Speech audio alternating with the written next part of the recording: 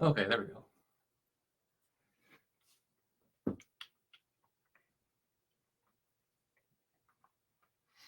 Hey, good morning, everybody. Hope you're all having a great week.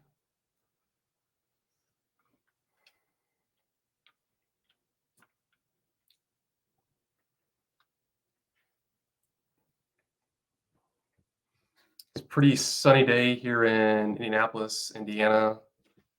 It's going to be getting colder here pretty soon, but it's a really nice day out there today.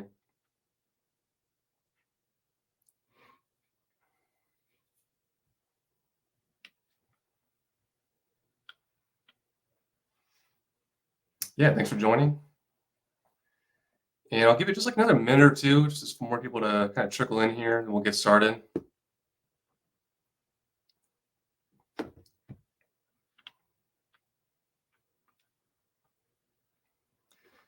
Just hopped off another like kind of weekly call on a project we have going on right now, so ready to dive into this.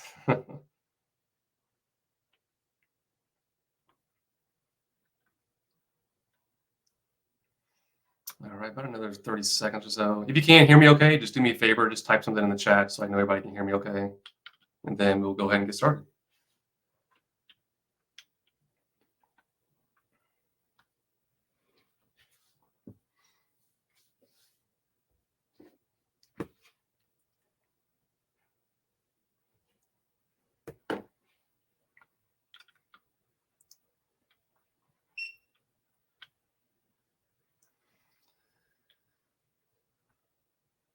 All right. Okay, well, yeah, thanks everybody for joining. I want to respect your time, so we'll go ahead and kick this off. Um, yeah, my name is Justin Goodin, and I'm the founder of Goodin Development. In this webinar, I'm going to give you a very brief overview and explanation of what some of these common return metrics you see in real estate, real estate deals. Like, I'm going to show you how to properly, you know, understand these metrics, what metrics are good or bad, and how you can use these metrics to evaluate future potential investment opportunities that you want to participate in. So if you haven't joined these webinars before, I keep them very like short and sweet, easy to understand.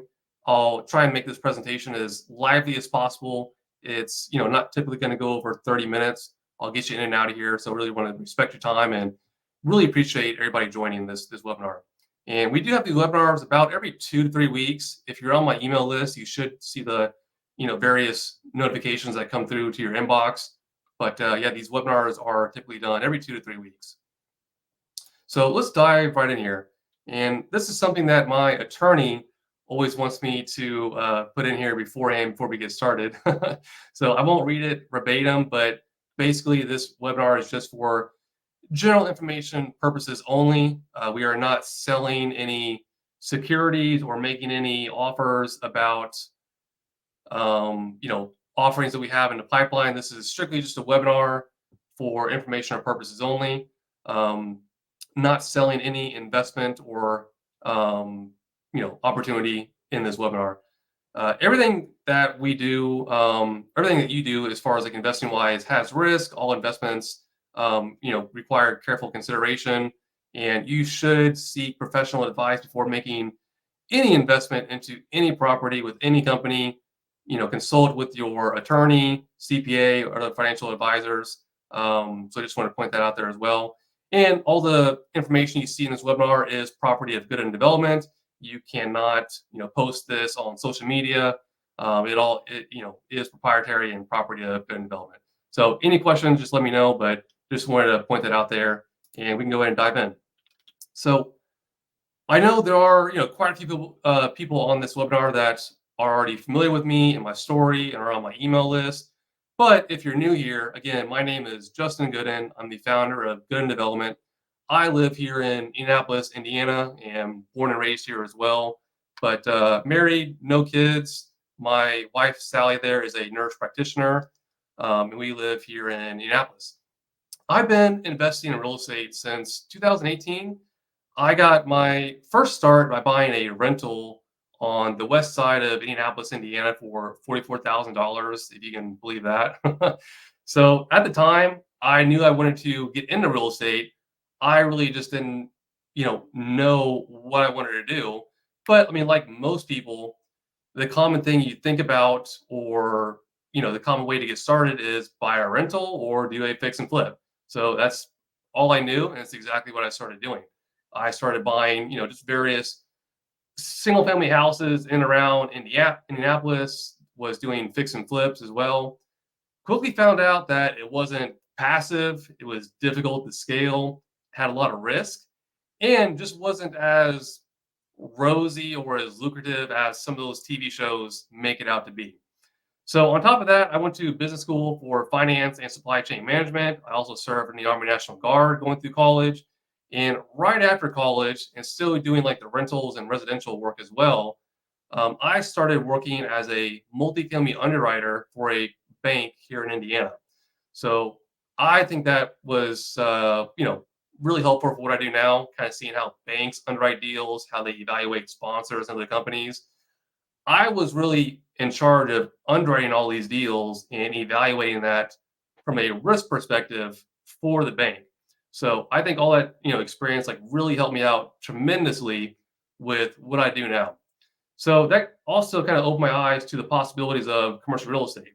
Because, as an underwriter, I saw everything. I saw the borrower's tax returns, how they were paying nothing in taxes. I saw their income statements, their balance sheets with all their net worths and all the properties they own. So I saw all that kind of like behind the scenes and sort of like opened my eyes up to the possibilities of investing in commercial real estate and, more importantly, apartments. So the past 4 years, after leaving my W-2, the past 4 years or so, I've been buying existing multifamily assets in and around Indiana and have since transitioned into ground up multifamily development. So that is our pride and joy, and our focus moving forward is only ground up multifamily development. This is a project we have going on right now in Fishers, Indiana, which is just 10 minutes northeast of Indianapolis. 85 residential units. There's some office and some commercial space too as well. We're about 40% complete on this deal right now, and so far so good. We're on budget, on our predetermined timeline, and proposing to start leasing up this coming March, which is coming up really quick, actually. So this is the first deal of many that we plan to do on the multifamily development side. Really excited about this. Have some more in the pipeline. So yeah, let me know if you have any questions about that. And we can go ahead and dive in. So during this webinar, I want to, like I mentioned, break down some of these, common return metrics that we see like out here in the commercial real estate space. If you're new here and have never invested in commercial real estate, or you're maybe just doing your due diligence and trying to find your next passive real estate deal, some of these return metrics that I'm going to go over are really like the most common return metrics that companies like me use to judge if a deal is profitable, and then you as a passive investor can use these metrics to see, one, is the deal profitable, is it conservative, and then two, really see what are your potential returns by investing in the real estate deal. All these returns are strictly just educated assumptions. Somebody like me who has this company, we are doing our own underwriting analysis and making a educated assumption about how we expect this property to perform after we build it, after we stabilize it. We are using these educated assumptions to formulate this analysis on the property, and we use some of these metrics to see if it's a good deal or not. And again, like all these return metrics are, they're never guaranteed. They're simply educated and hopefully conservative assumptions about how we expect this deal to perform. I should have mentioned this in the beginning, but if you have any questions or comments, just feel free to put them in the chat. I'll either answer them right away or wait until the end. So, yeah, let's dive in here. Let me know if you think we should start with a sort of like harder metric to understand, or like go off like with the easy one first. I kind of think we should get I wouldn't say like most difficult, but maybe like just more like complex. Let's just put it that way.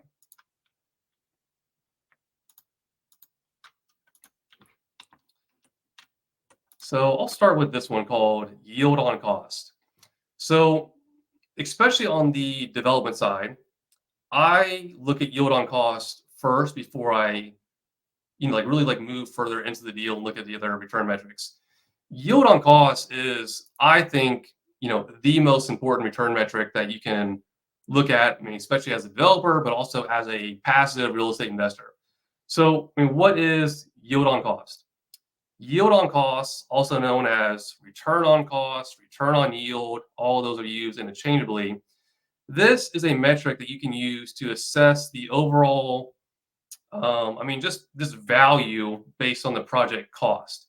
What I mean by that is we are going to take our stabilized net operating income and divide that by how much it is going to cost to build the property. So we are trying to check our yield or how much income the property is producing based on how much it cost us to build. So let's look at an example. Let's say for our next development deal, again, purely just an example, obviously, but let's say this deal is going to cost us $1 million to build. After we pay our construction company, we build it up, build the property, lease it up. We spent $1 million to construct this new apartment community. And let's say it's going to produce a net operating income of $70,000 on a stabilized basis. So if you're not familiar with NOI or net operating income, it just means we have all of our collected income, like all of our rent from the tenants we collect. We pay all of our expenses on the property, like the payroll, the insurance, the taxes. Net is our net operating income that the property produces. Now, this is our stabilized NOI. So we build the property in years 1 and 2. Year 3, it's leased up, stabilize it. $70,000. Let's just say this is the stabilized income the property is going to produce. So let's calculate our yield on cost, which, as you can see, is going to be our NOI divided by our total project cost of $1 million. And that spits out a yield on cost of 7%. So, 7%, is that good? Is that bad? How can you determine if that yield on cost is a good number? Personally, just with me being in the space, me looking at a lot of deals, 7% yield on cost is a pretty favorable number and a number that I would like to see in my development projects. But let's dive a little bit further in deeper and see how we can determine if a 7% yield is a good number to shoot for on the development side. Now, let me know if you have any questions about how I got to this 7% number so far. Just let me know in the chat. Probably happy to move on. So I mentioned that this one is a little bit more complex, so stay with me. But I'm going to unhide these rows right here and open up something called the development spread. Now, honestly, it's not too complicated. Stay with me. So the development spread is how we're going to determine if this yield on cost number of 7% is a good or bad number. So the development spread, this is, how much value we are creating by building this project. It's going to allow us to measure that development pop or how much development value we are creating by building this property. Obviously, every investment has risk. Developments have risk. We're taking on risk to build the property, lease it up, etc. We want to see, based on the risk we're taking, is this project going to produce enough value for us and our investors? So how we do that is we need two things. We need the yield on cost, which we calculated above here, 7%. So we'll bring that number down. And then we need the current market cap rate. I won't go too deep into what the market cap rate is or how to derive it, but basically all markets have a sort of cap rate that properties sell for in a particular market. There is no set standard I can tell you for what a cap rate is going to be in your particular market. It just depends on the actual market, the type of property it is, how old it is. But let's just say, for this example, we know our market cap rate is going to be 6%. So we've talked to brokers, we've looked at different market reports. We feel confident that this market has a cap rate of 6%, at least for A-class properties. So we have our yield on costs and our market cap rate. We want to calculate our development spread. So let's take our yield on costs and subtract the current market cap rate from that yield on costs. That's going to give us obviously a development spread of 1%, or what we would call 100 basis points. So I like to see a development spread of at least 1% or at least 100 basis points. Preferably 1.5 or 2% development spread. But just with how interest rates are, how competitive the market is right now, how tough it is to find like really good deals. I mean, if you found a deal that had a development spread of 2% plus, I mean, that it would either be just an amazing deal, or maybe there's just some inflated metrics in the operator's underwriting model. But I mean, for all example, just for this example, let's say the development spread is 1%. That tells us that we're creating that value. So once we build the property, lease it up, we have a yield of 7%. We could go and buy a property in the market today at a 6% cap rate without taking the risk of doing a project, building it, leasing it up, without taking all that risk. We could buy a property today at a 6% cap rate. But we are going to take some risk, build a new property, build a new project, and produce a yield of 7%. That creates a yield, or a development spread, or a value created of 100 basis points.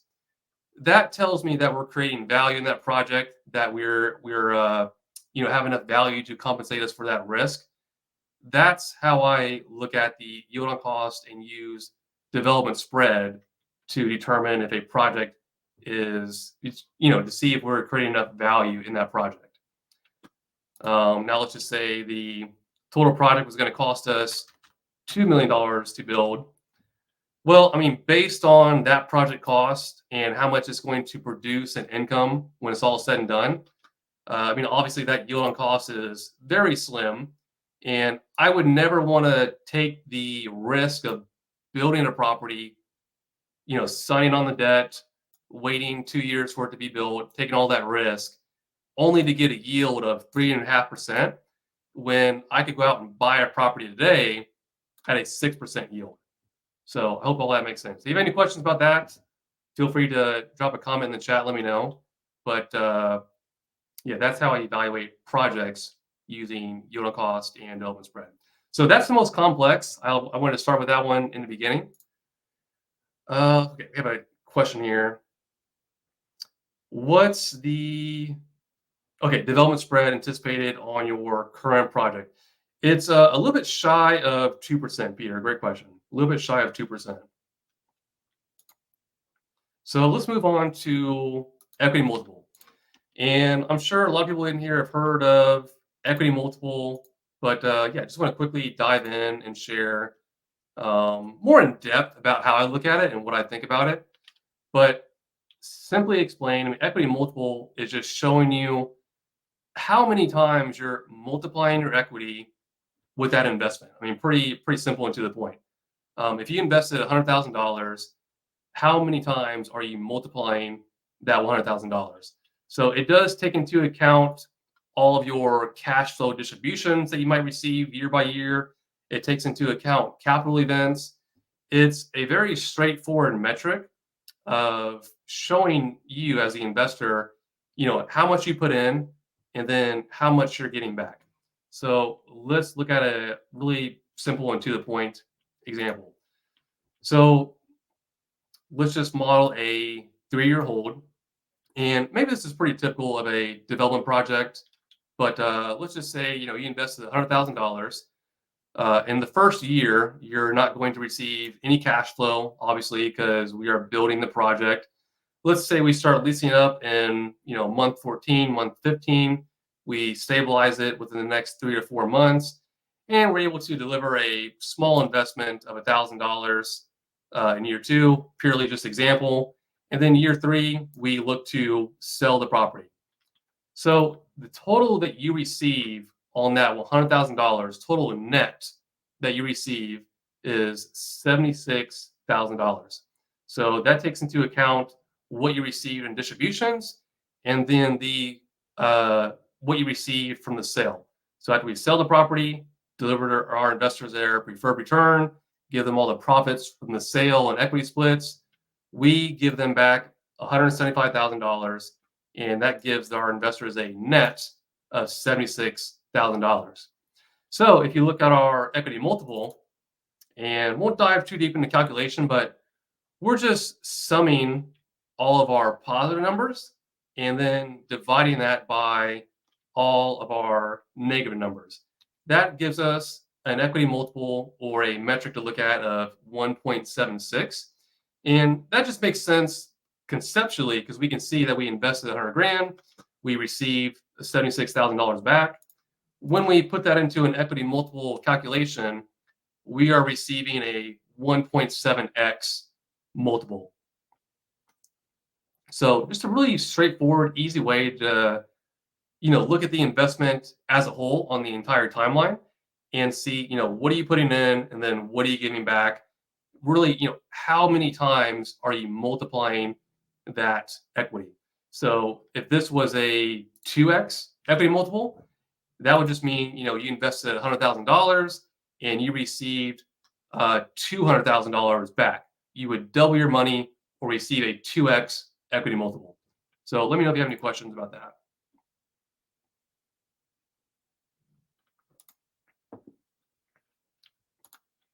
All right, let's move on to IRR. IRR, or internal rate of return. So, this was really one of the first concepts that I learned in business school. And this is time value of money. Basically just saying, value, a dollar today is worth a lot more than a dollar next year or 5 years from now. Reason being is because you can take that dollar, invest it now, and start earning a return, and it's more certain.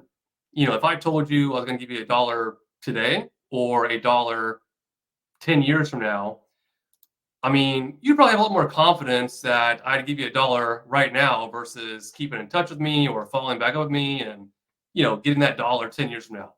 Plus, you would want that dollar today. So like I just mentioned, you can start investing it today. You can go spend it today, what you want. It's more valuable to you today. And that's what the IRR helps us measure.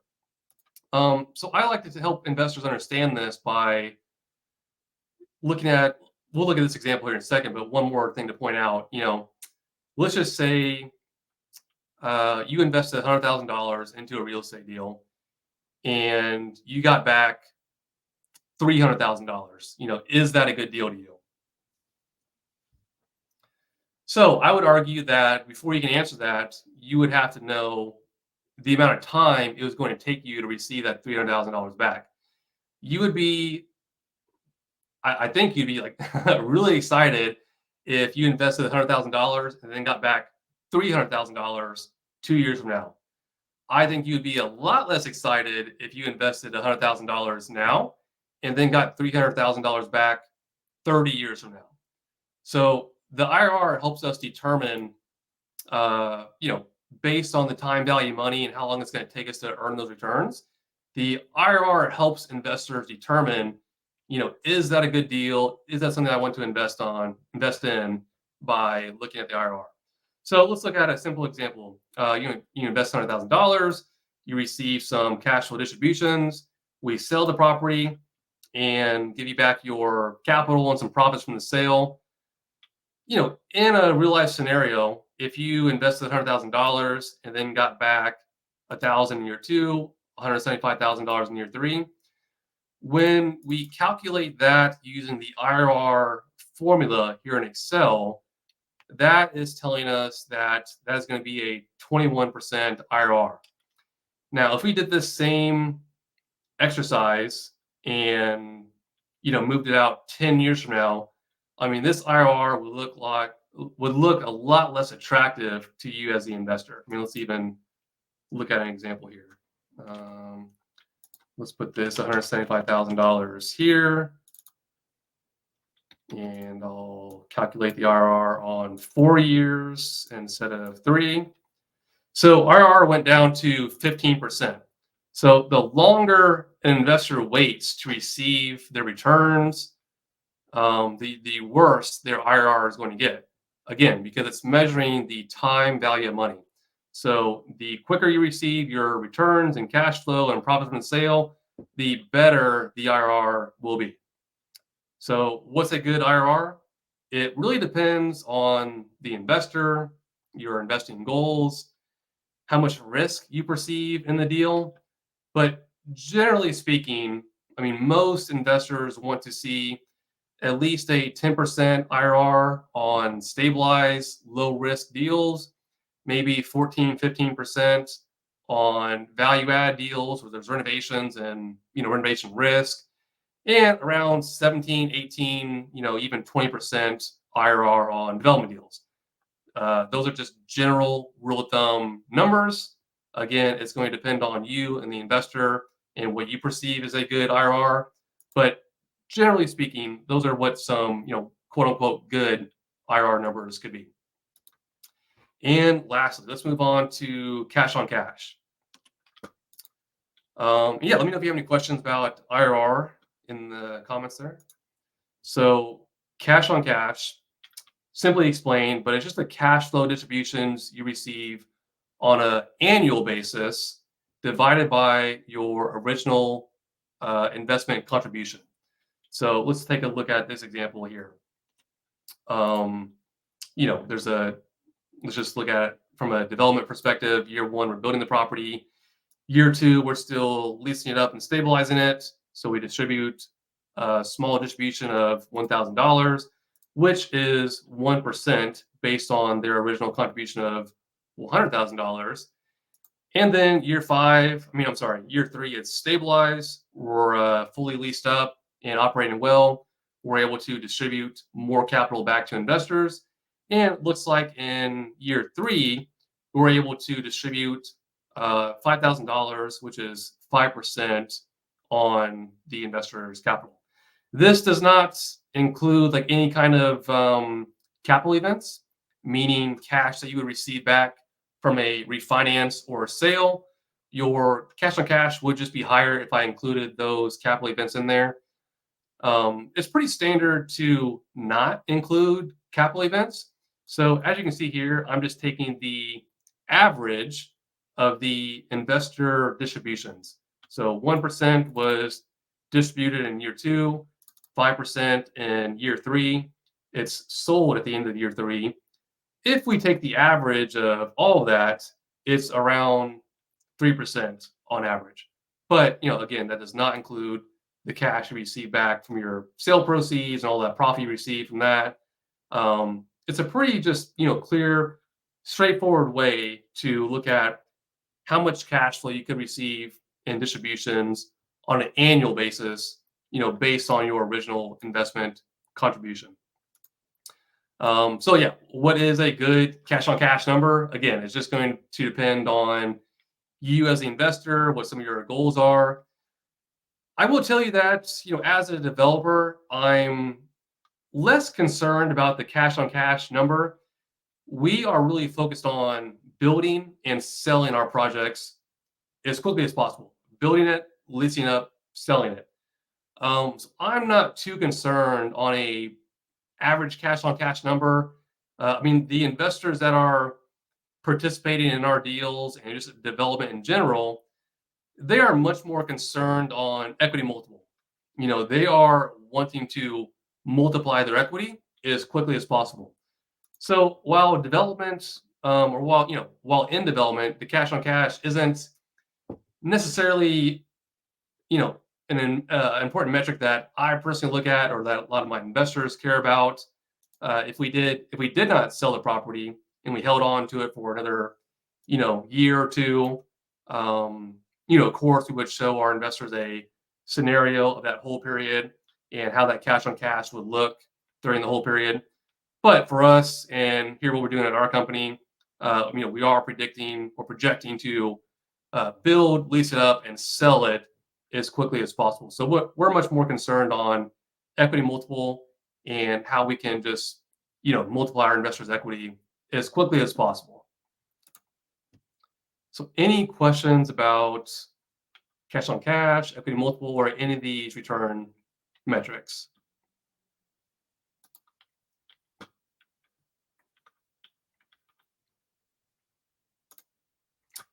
If that's no questions, I'll stay on here for a second as well. But if there's no questions, I just want to thank everybody for taking time out of your busy schedule to join this webinar. And again, we have these every few weeks on different topics. Really, just kind of keep them short, sweet, casual, and to the point.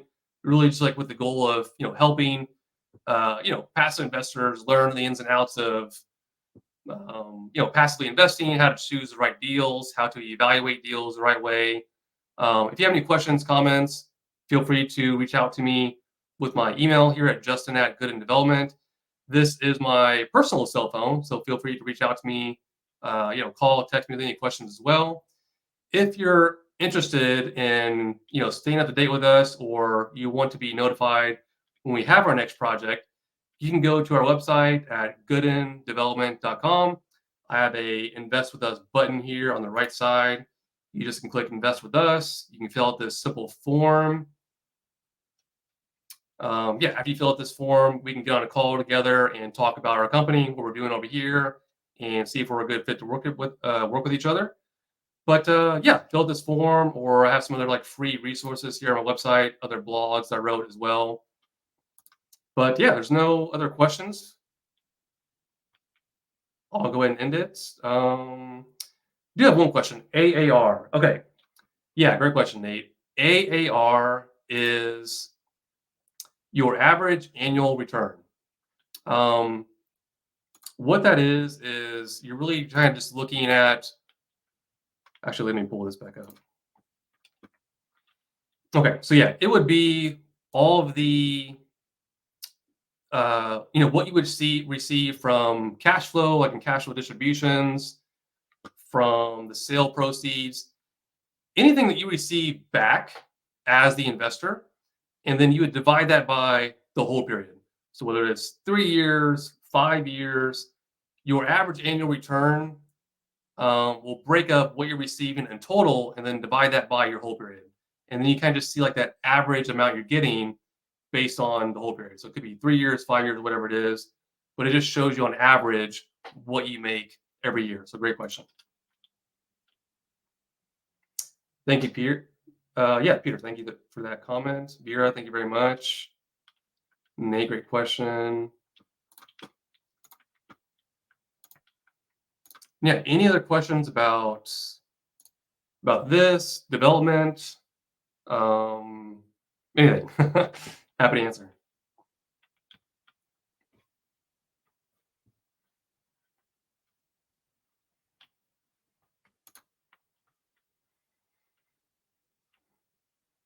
Okay, well, I respect your guys' time. I'll keep it short, but really appreciate you taking time out of your busy schedule to join this webinar. And again, if you have any questions, comments, concerns, just let me know, and be happy to get on a call and chat. But thank you for your time, and hope you have a great week.